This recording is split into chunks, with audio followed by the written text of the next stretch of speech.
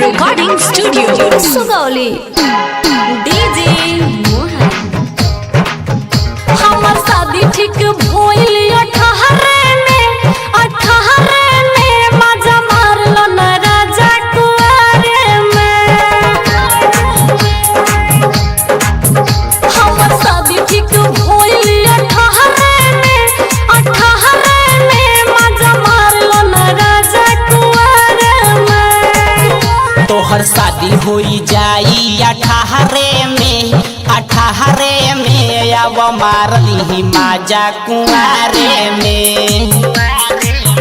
तोहर शादी होई जाई 18 में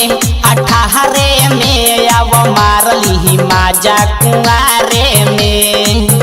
मजा मारलो न राजा कुआरे में।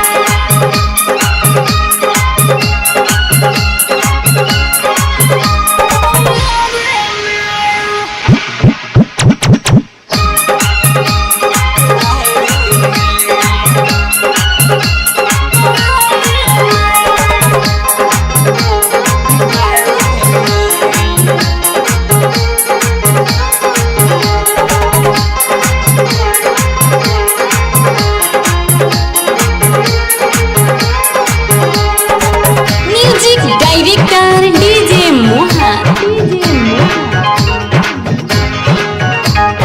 शादी के बाद न मिले आजादी। शादी के बाद न मिले आजादी। आवो न मनवा के सरधा पूरा दी। पागल दिल भइल कैसे मनाई कहत यही जगम छवि छाई। केहू देख ली तो पिछुआरे में मजा मारलो न राजा कुआरे में। तोहर शादी होई जाई 18 में अब मार ली माजा कुआरे में।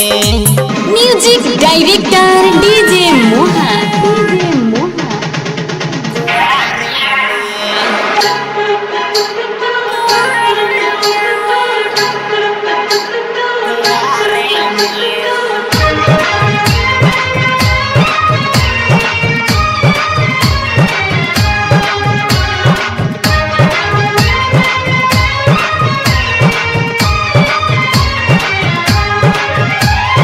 बहिया में आवना तोहरा के प्यार दी।